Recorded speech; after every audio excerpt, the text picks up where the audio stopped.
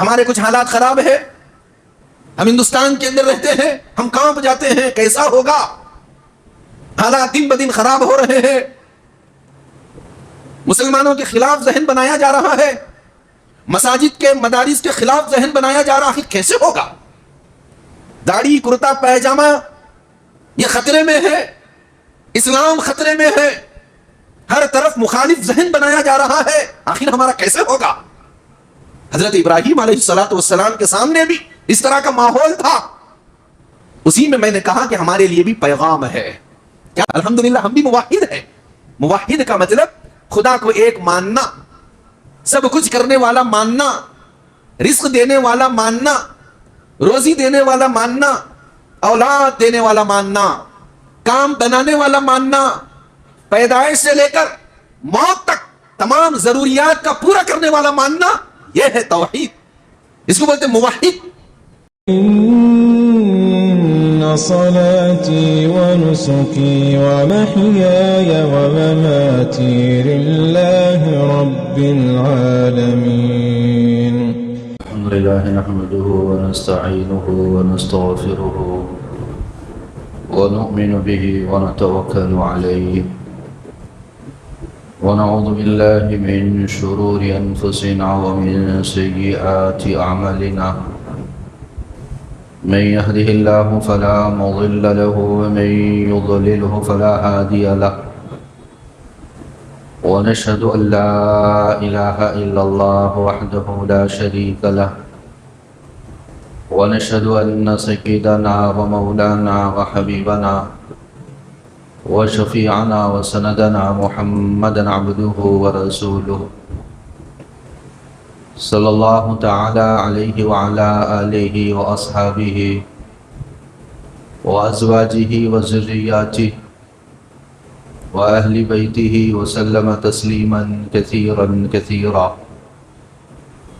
أما بعد، فأعوذ بالله من الشيطان الرجيم. بسم الله الرحمن الرحيم.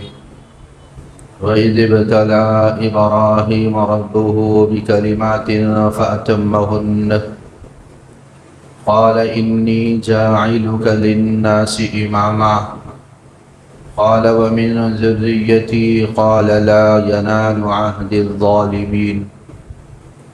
صدق الله مولانا العظيم. حضرات سامعین، بزرگان محترم، عزیز نوجوانوں، ساتھیوں،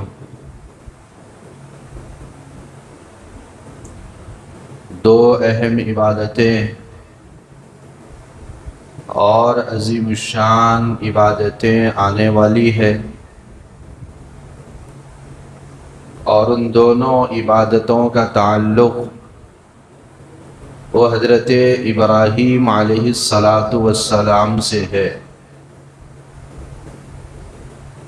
ایک عظیم الشان اور روحانی عبادت حج ہے، اور دوسری عظیم الشان عبادت قربانی ہے۔ یہ دونوں منسوب ہے، یادگار ہے حضرت ابراہیم علیہ السلام کی، اس امت کا بھی اور امام الانبیاء محمد عربی صلی اللہ علیہ وسلم کا بھی خاص رابطہ ہے، خاص تعلق ہے حضرت ابراہیم علیہ السلام سے۔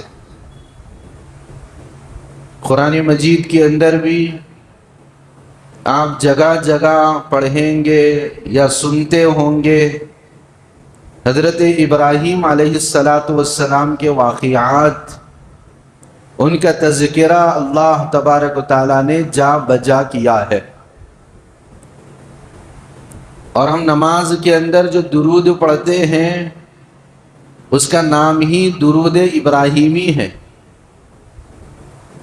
حضرت ابراہیم علیہ السلام ایک بہت اونچے درجے کے، اعلیٰ درجے کے پیغمبر گزرے ہیں،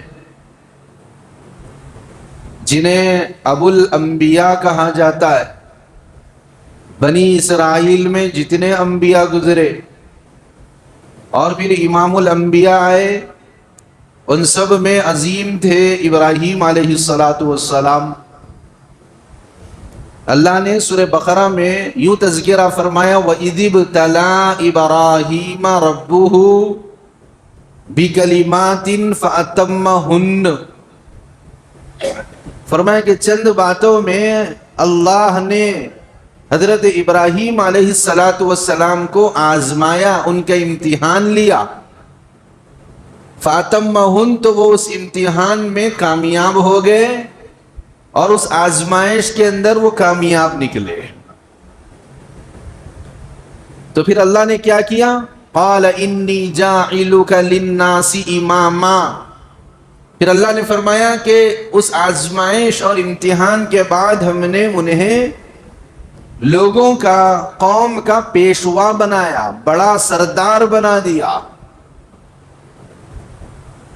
تو حضرت ابراہیم علیہ السلام نے کہا قال ومن ذریتی، اے اللہ میری جو نسل ہے اس کے اندر بھی پیشوا بنائیے. تو اللہ تبارک و تعالیٰ نے فرمایا قال لا ینال عہد الظالمین، کہ جو ظالم ہوں گے اس کو ہم پیشوا نہیں بنائیں گے، اس کو ہم سرداری عطا نہیں کریں گے. جو آپ کے راستے پر چلے گا اس کو ہم پیشوا بنائیں گے. کیسی کیسی آزمائشیں حضرت ابراہیم علیہ السلام کی ہوئی. یہ سب کے سب ایک ایمان والے کے لیے ایک سبق ہے اور اطاعت اور فرمانبرداری کا ایک اعلیٰ نمونہ ہے، اور ایمان کا اور توکل کا بہت اعلیٰ درجہ حضرت ابراہیم علیہ السلام کی زندگی کے اندر موجود ہے. جس گھرانے میں اور جس قوم میں حضرت ابراہیم علیہ السلام پیدا ہوئے وہ گھرانہ بھی بت پرستی کا گھرانہ تھا، یعنی بتوں کی پوجا ہوتی تھی. اور جو قوم تھی وہ بھی قوم بت پرست تھی، وہ بھی بتوں کو پوجا کرتی. یہاں تک کہ حضرت ابراہیم علیہ السلام کے جو والد ہے آزر، وہ بھی بت بنایا کرتے تھے، بت بیچا کرتے تھے. اب سوچئے کتنا بڑا امتحان ہے، ہر طرف سے مخالفت ہی مخالفت ہے. اگر گھر میں کوئی ہمارے خلاف ہو جائے تو ہم پریشان ہو جاتے، بیوی خلاف ہو جائے، بچے خلاف ہو جائے، والدین خلاف ہو جائے، بہت بڑا آسمان ٹوٹ پڑتا ہے. محلے والے خلاف ہو جائے، قوم خلاف ہو جائے تو مت پوچھئے. اب آدمی کا زندگی گزارنا مشکل ہو جاتا. لیکن پیغمبر کی مثال اللہ کیوں بیان فرما رہے ہیں؟ پیغمبر کے اندر حوصلہ کتنا ہوتا، ان کے اندر ایک ایمانی اسپرٹ کتنی ہوتی، اور اللہ کی ذات پر اعتماد کتنا ہوتا. سب سے پہلے انہوں نے اپنے والد کو دعوت دی توحید کی. یہ کہا کہ آپ ان بتوں کی پرستش کرتے ہیں جو نہ نفع پہنچا سکتے ہیں، نہ نقصان پہنچا سکتے ہیں، نہ کسی پریشانی کو دور کر سکتے، ان بتوں کی آپ عبادت کرتے. پھر قوم کو سمجھایا اے میری قوم سنبھل جاؤ، سدھر جاؤ، تم کس کی پرستش کر رہے ہو؟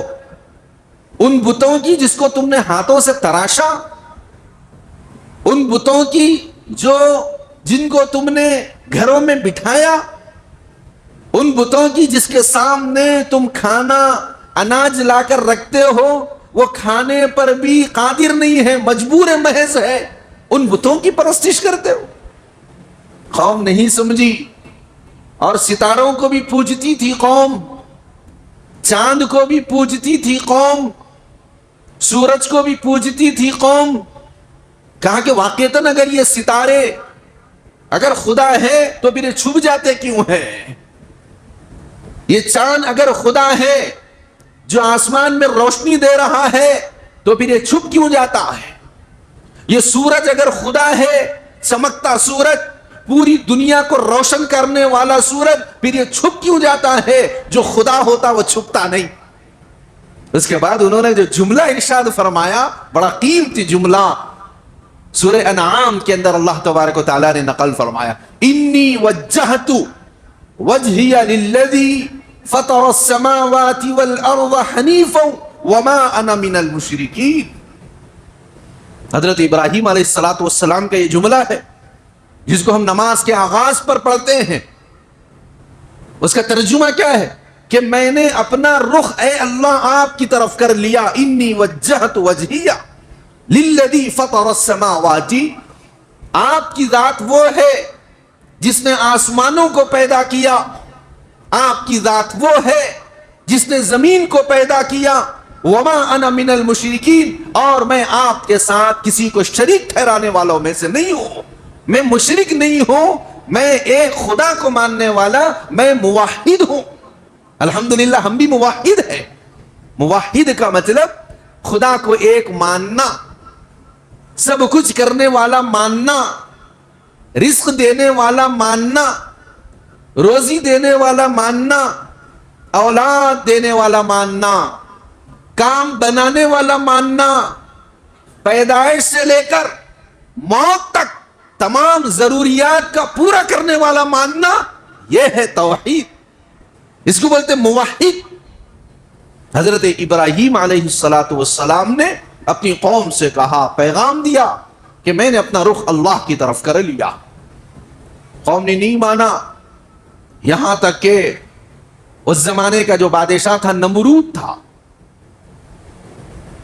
اس تک بھی یہ باتیں پہنچی. ایک نوجوان ہے جو ہمارے بتوں کو برا بھلا کہتا ہے. لوگوں نے جا کر اطلاعات پہنچائی. چونکہ نمرود بھی مشرک تھا، اللہ کے ساتھ شریک ٹھہراتا تھا. اس نے کہا کہ یہ ہم برداشت نہیں کر سکتے. اس نے بلایا حضرت ابراہیم علیہ السلام کو.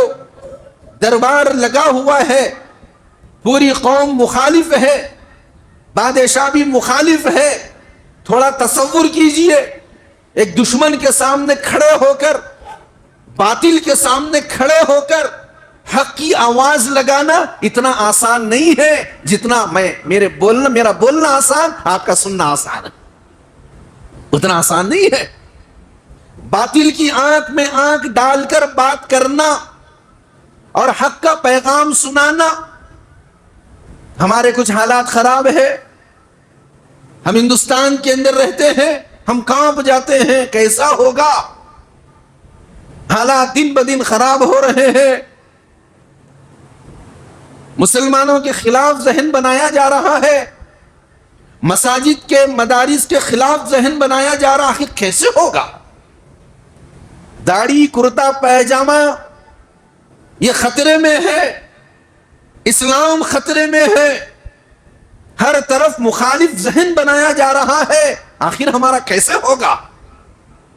حضرت ابراہیم علیہ السلام کے سامنے بھی اس طرح کا ماحول تھا.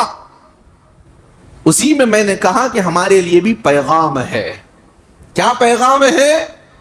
کہ ہم نے جس چیز کو حق مانا ہے، جس کو ہم نے حق سمجھا ہے، تو اس کے اوپر جمے رہنا اور اسی حق کے ساتھ دنیا سے جانا، یہی ہے سچی مسلمانیت.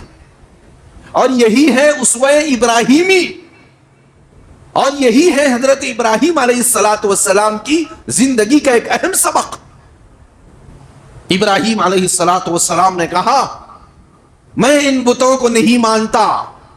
میں تو اس خدا کو مانتا ہوں جس خدا نے مجھے اور تمہیں اور ساری مخلوق کو، آسمان کو، زمین کو، ذرات کو، حشرات کو، دنیا کے ذرے ذرے کو پیدا کیا. میں اس خدا پر ایمان رکھتا ہوں، اس خدا کو مانتا ہوں اور اس خدا کے ایک ہونے کا اعلان کرتا ہوں. کتنی ڈنکے کی چوٹ پر حضرت ابراہیم علیہ السلام نے بات کہی. یہ پورا واقعہ قرآن میں نقل ہے. پھر نمرود کو غضب آیا.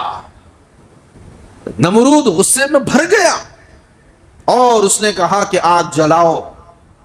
پوری قوم سے کہا کہ آگ جلاؤ. مفتی شفیع صاحب نور اللہ مرقدہ نے معارف القرآن کے اندر لکھا کہ پوری قوم نے لکڑیاں اکٹھا کی اور پھر اس کو جلانے کی کوششیں کی اور آگ کو دہکایا اور اس آگ کو بھڑکایا اور وہ جب آنکھ شعلے مارنے لگی، آسمان سے باتیں کرنے لگی، اس کے بعد ایک منجنیق بنایا گیا. منجنیق کہتے ہیں جھولے کو. اس جھولے کے اندر بٹھا کر دور سے گھما کر حضرت ابراہیم جلیل القدر جو پیغمبر ہے ان کو ڈال دیا جائے. یہ منصوبہ انہوں نے تیار کیا. اب سوچئے حضرت ابراہیم علیہ السلام خلیل اللہ ہے، اور اللہ فرما رہے ہیں وَإِذِ ابْتَلَىٰ إِبْرَاهِيمَ رَبُّهُ. حضرت ابراہیم علیہ السلام کے پروردگار نے انہیں آزمایا، امتحان لیا. امتحان کا وقت کھڑا ہے، آزمائش کی گھڑی آئی ہوئی ہے. فَأَتَمَّهُمْ، وہ امتحان میں پاس ہو گئے اور انہوں نے اس کو پورا کر دکھایا جیسے اللہ چاہتے تھے. ایسی گھڑیاں انسان کی زندگی میں بھی آتی ہے، ایک مومن کی زندگی میں بھی آتی ہے، اور ایک مسلمان کی زندگی میں بھی ایسے لمحات نمودار ہوتے ہیں کہ آدمی گھبرا جاتا ہے. باطل دندنا رہا ہے، باطل آنکھ دکھا رہا ہے، باطل خوف زدہ کر رہا ہے، باطل ننگا ناچ رہا ہے، باطل کے پاس تمام اسباب موجود ہے. میں تنہا ہوں، اب کیا کروں؟ اس موقع پر اسوہ ابراہیمی ہم کو سامنے رکھنا چاہیے. ابراہیم علیہ السلام کو بٹھا دیا گیا اس منجنیق کے اندر اور ڈالنے کی پوری تیاریاں کر لی گئی. لیکن حضرت ابراہیم علیہ السلام کا جو رخ ہے، دل کی جو توجہ ہے، نہ اس آگ کی طرف ہے، نہ نمرود کی طرف ہے، نہ پوری قوم کی طرف ہے. اگر دل کا رخ ہے تو وحدہ لا شریک لہ کی طرف ہے. وہ ہے میرا پروردگار، مجھے دیکھ رہا ہے، میرے حالات سے واقف ہے، وہ ذات عالم الغیب والشہادہ ہے. اگر میرے رب کو یہی منظور ہے کہ میں اس کا نام لیتے ہوئے آگ میں جل کر خاکستر ہو جاؤں، مجھے منظور ہے. اگر میرا رب یہ چاہتا ہے کہ میں اس کا نام لیتے ہوئے آگ میں کود جاؤں، یہ مجھے منظور ہے. عزائم دیکھیے، حوصلے کو دیکھیے، توحید کو دیکھیے، توکل کو دیکھیے. زبان پر کوئی واویلا نہیں ہے، زبان پر کوئی شکوہ نہیں ہے، زبان پر کوئی شکایت نہیں ہے. ہم بیمار پڑ جاتے ہیں، دواخانے میں ایڈمٹ ہو جاتے ہیں، کوئی حادثہ پیش آ جاتا ہے، کوئی عزیز پریشانی میں مبتلا ہو جاتا ہے، کسی کا انتقال ہو جاتا ہے. اب ہماری زبان کے اوپر ہزاروں شکایتیں آنا شروع ہو جاتی. کیا اللہ کو میں ملا کہ میرے ساتھ یہ معاملہ پیش آئے، میرے گھرانے کے ساتھ یہ معاملہ پیش آئے، یا میں یہ بیماری اور مرض کے اندر مبتلا ہو جاؤں؟ کہ اللہ کو میرے ساتھ ہی یہ کرنا منظور تھا؟ اس طرح کے شکوے، اس طرح کی شکایتیں اسوہ ابراہیمی کو دیکھیے. کوئی زبان پر شکوہ نہیں ہے، زبان تو دور کی بات ہے، دل کے اندر بھی ذرہ برابر شکوہ نہیں ہے. اللہ کی ذات پر اعتماد ہے، اللہ کی ذات پر بھروسہ ہے. اسی کا نام توکل ہے، اسی کا نام ایمان ہے، اسی کا نام ایمان کی پختگی ہے، اسی کا نام توحید میں پکے ہونا ہے. یہ چیز آج امت مسلمہ میں پیدا ہونے کی ضرورت ہے. ڈال دیا گیا آگ کے اندر. اللہ بھی وہ منظر دیکھ رہے ہیں.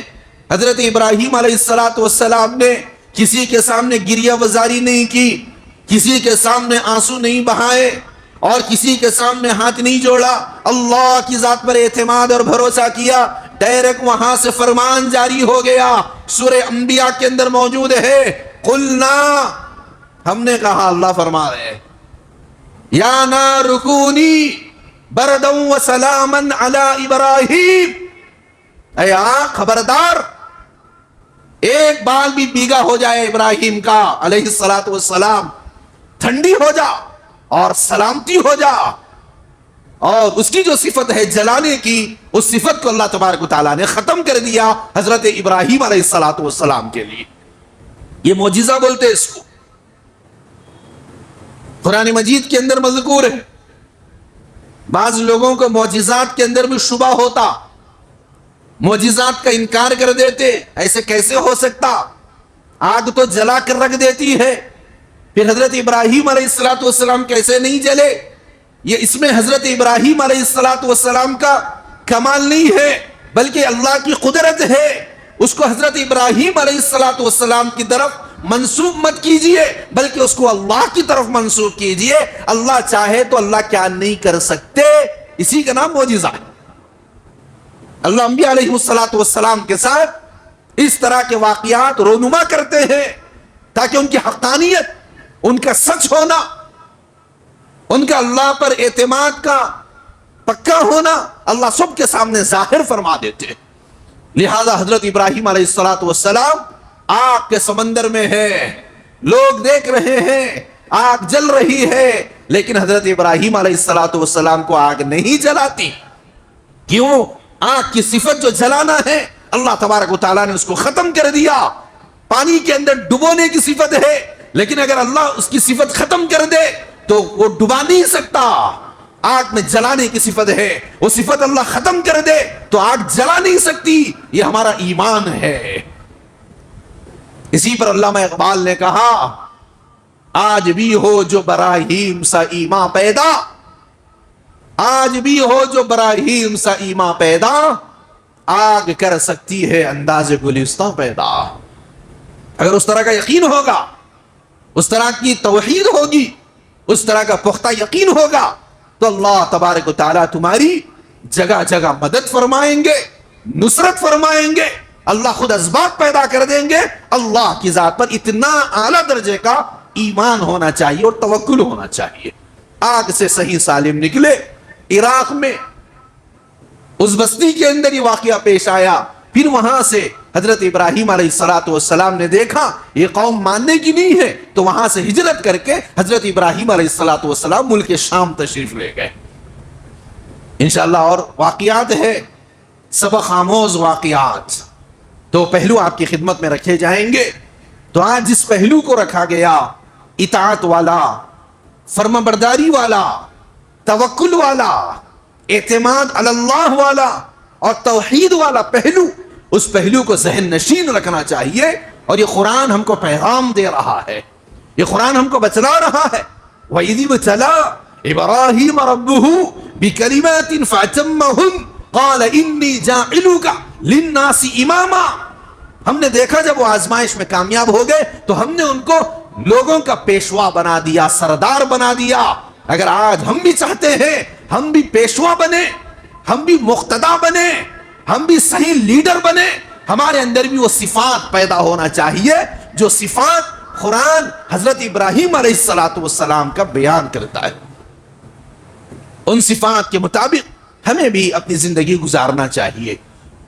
تو غرض یہ کہ یہ جو حج ہے اور قربانی ہے، یہ دونوں کے دونوں حضرت ابراہیم علیہ السلام کی یادگار ہے، اور ان کے ساتھ جو حالات پیش آئے کچھ حالات آپ کی خدمت میں رکھے گئے۔ اس کے بعد حج سے متعلق اور قربانی سے متعلق تفصیلات آپ کی خدمت میں رکھی جائے گی۔ اللہ تبارک و تعالیٰ سے دعا ہے کہ جو باتیں کہیں سنی گئی ہے اللہ ہم سب کو توفیق عمل نصیب فرمائے، اور ایمان کامل اور تقوی کامل اور اعتماد علی اللہ کی توفیق کی دولت ہم سب کو نصیب فرمائے۔ وآخر دعوانا الحمدللہ رب العالمین۔ سنت و زفات۔